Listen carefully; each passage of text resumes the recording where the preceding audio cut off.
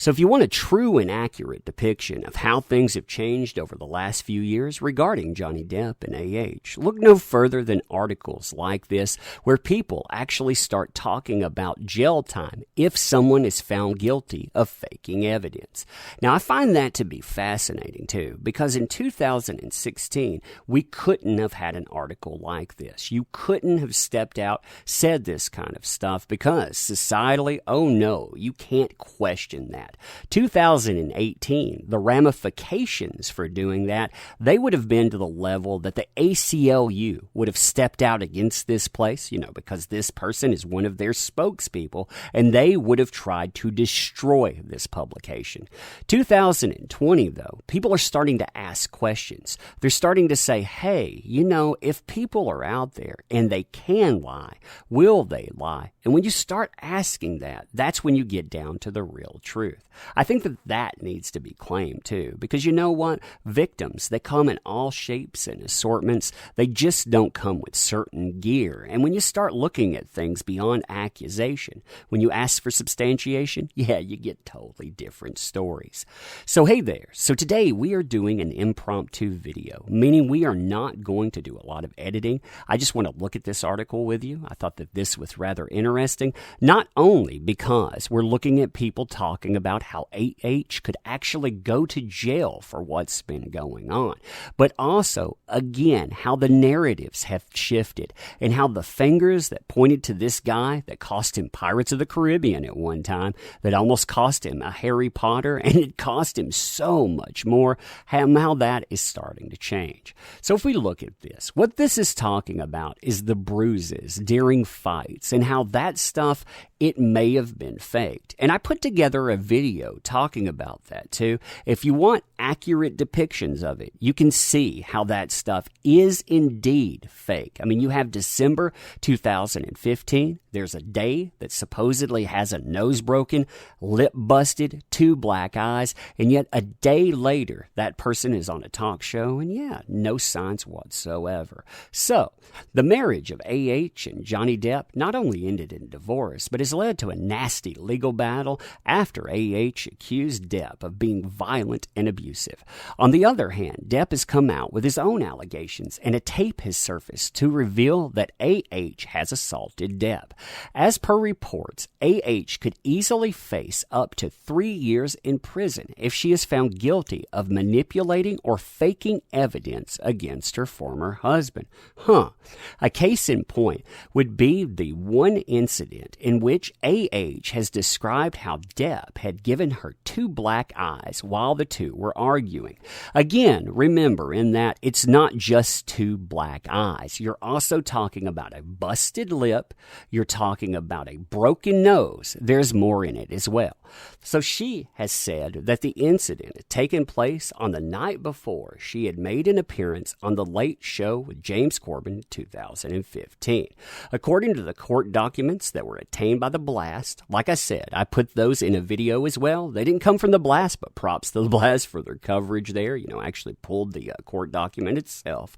AH's stylist, Samantha McMillan, had denied her claims as she had been with AH during those days and insisted she had no bruises on her. Throughout the day of December 16, 2015, I could see clearly that AH did not have any visible marks, bruises, cuts, or injuries to her face or any other part of her body, the stylist actually reveals. We're skipping over this picture. It doesn't have anything to do with it. So according to this law firm here, Wallen, and I think that's Cleric, but I'm not sure, the California Penal Code, Section 141 PC, it is illegal for anyone to alter, modify, plant, place, conceal, manufacture, or move any physical matter with the sole intention of causing a person to be charged with a crime.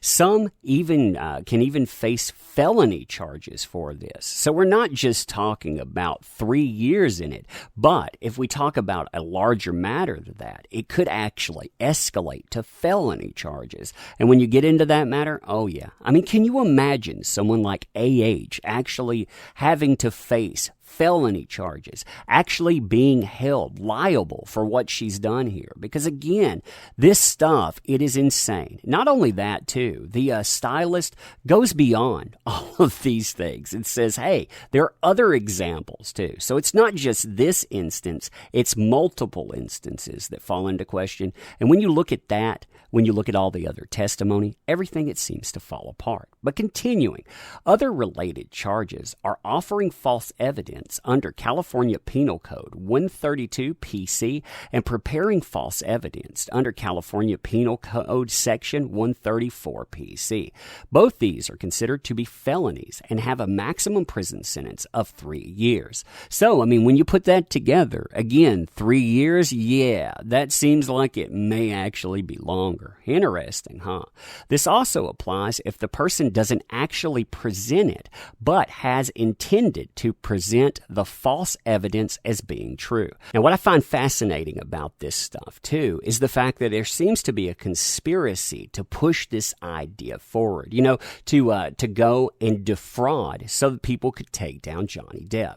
If you look past the December 2015 narrative onward to the May narratives when he basically said he wanted to divorce, you have people that are surrounding AH. They construct a narrative, but many of those things, they don't fit together. And one of the things that we heard about that is that people conspired. They spent an hour and 40 minutes before they called the police, quote unquote, getting their story straight. But continuing, Judge Bruce D. White shared that Depp has also met the requirements to plead allegations of implied defamatory against AH.